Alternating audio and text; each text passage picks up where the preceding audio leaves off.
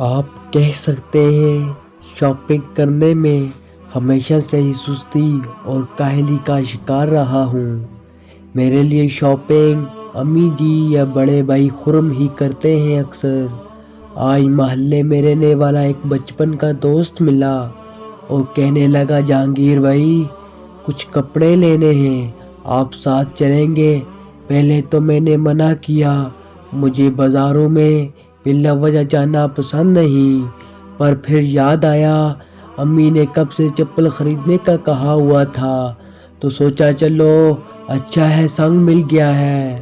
میں نے اسے وہیں کھڑا رہنے کا کہا اور گھر جا کر پیسے لیے اور پھر ہم دونوں بازار کی طرف چل پڑے۔ ہمارا محلہ کراچی کے ایک دیہات ہی لگتا ہے، مجھے یہاں نہ تو آس پاس کوئی خاص آبادی ہے اور نہ ہی کوئی بڑا بازار وغیرہ۔ خیر بازار پہنچ کر پہلے جناب کے لیے پینٹ شرٹ خریدنے لگے۔ بہت بڑا مال تھا یہ اور عجیب و غریب دکانیں، اتنی بڑی دکان تھی کہ تمام مرد و زن یہیں عمر آئے تھے۔ یہاں ہر دکان پر ایسا ہی رش تھا، لہٰذا میں تھوڑا پرے ہو کر کھڑا ہو گیا اور مختلف چیزوں کو دیکھنے لگا کہ ایسی اثناء میرے کانوں سے کچھ ایسے جملے ٹکرائے جنہوں نے مجھے اپنی طرف متوجہ کر لیا۔ بھائی پچھلی بار بھی آپ نے جو برقع دیا تھا اس کی فٹنگ بہت خراب تھی، اور پھر الٹر کرنے سے برقعے میں وہ بات نہیں رہتی ہے، یہ کیا برقعے کی بھی فٹنگ ہوتی ہے؟ میں یہ سوچتے ہوئے اس بہن اور دکاندار کی طرف متوجہ ہو گیا، جہاں وہ بہن جی کہہ رہی تھی کہ کس طرح بازو کے ساتھ چپکا ہوا فل باڈی فٹنگ قسم کا چاہیے۔ پہلے تو میں نے سوچا شاید میں نے کچھ غلط سنا ہوگا، پھر جب اس بھائی نے سیاہ لبادے ان کے سامنے رکھنے شروع کیے تو میری یہ غلط فہمی بھی دور ہو رہی تھی۔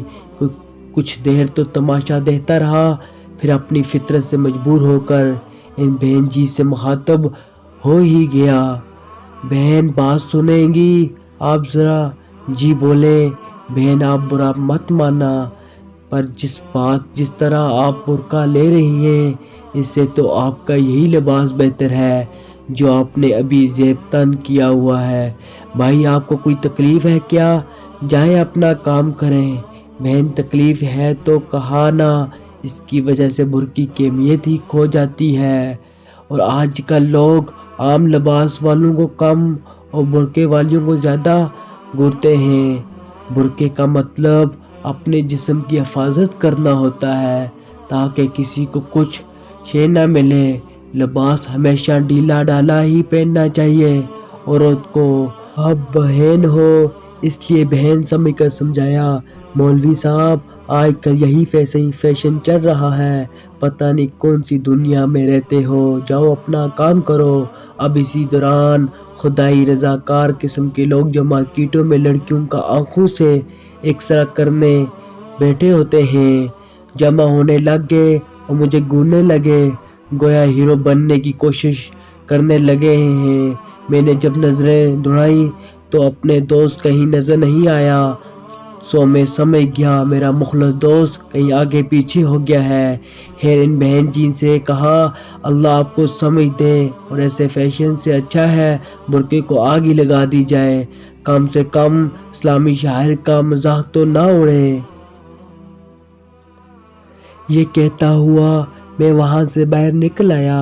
پیچھے سے ان بہن جی نے بھی کچھ کہا اور وہاں کھڑے ہوئے رضاکاروں نے بھی جملے کسے، پر خیر ان چیزوں کی عادت ہے، سو ڈھیٹ بنا باہر نکل آیا تو دیکھا دوست گنے کا جوس پی رہا ہے اور مجھے دیکھ کر کسیانی ہنسنے لگا۔ اوئے کہاں چلا گیا تھا تو؟ بھائی آپ نے پنگے لینا شروع کر دیے، فالتو میں مجھے بھی پٹواتے، واہ میرے مخلص تجھ پر صدقے وار، چل اب واپس چلتے ہیں، میرا موڈ نہیں ہو رہا کچھ لینے کا۔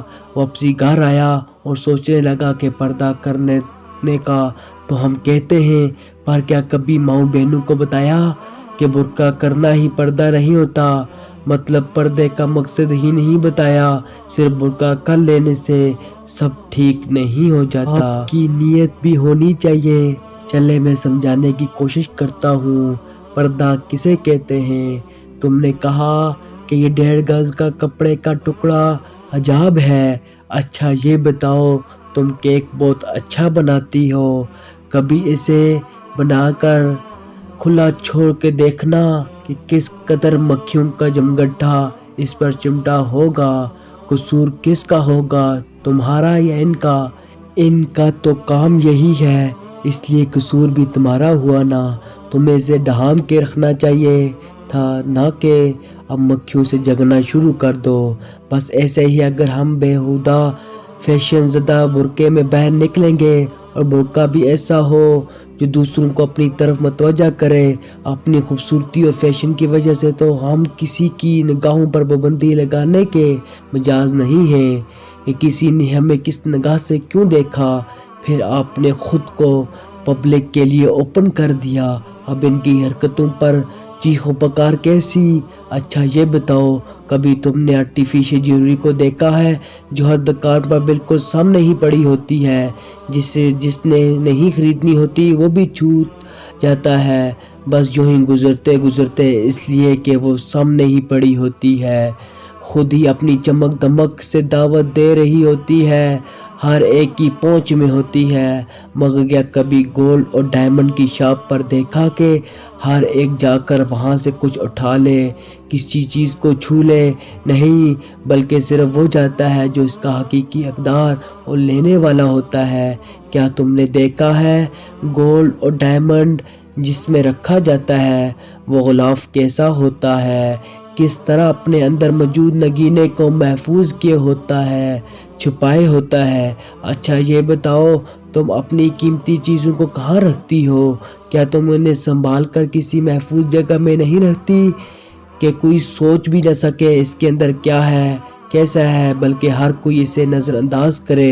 مگر میں تمہیں بتاتا ہوں، بات صرف 1.5 گز کے حجاب اور 4 گز کے عبایا کے اس ٹکڑے کی نہیں، بات تو اس محبت کی ہے جو تمہارے رب کو تم سے ہے، بس تو اس فکر کی ہے جو وہ پیارا رب تمہارے لیے کرتا ہے، اور اسی وجہ سے اس نے اس حجاب کو تمہارے لیے چنا، اور بات تو اس احسان کی ہے جو اس عظمتوں والے رب نے تم پر کیا اور تمہیں ایک محفوظ حصار عطا کر دیا۔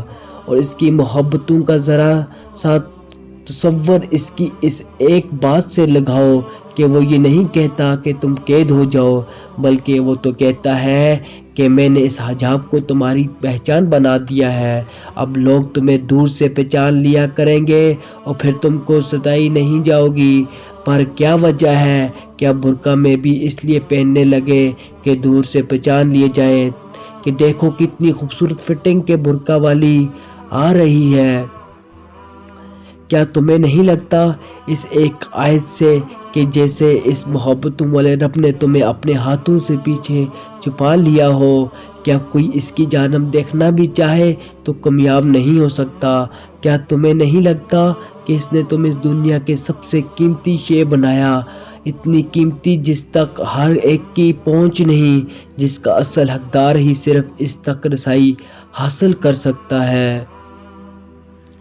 سوچو، اس نے تو تمہیں کسی بھی ہیرے سے زیادہ قیمتی بنایا جسے غلافوں میں محفوظ رکھا جاتا ہے، تو کیا یہ اس ہیرے کے ساتھ ظلم ہوتا ہے کہ اس کی حفاظت کی جائے؟ اگر کہیں اس ہیرے کو کھلا پھینک دیا جائے تو تمہارے خیال میں کتنے دن وہ اپنی اصل حالت پر رہ پائے گا؟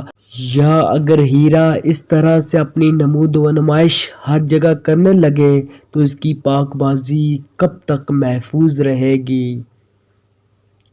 بہن، اگر فیشن کرنا ہی ہے تو پھر اس برقعے کو چھوڑو، یہ منافقت کیسی؟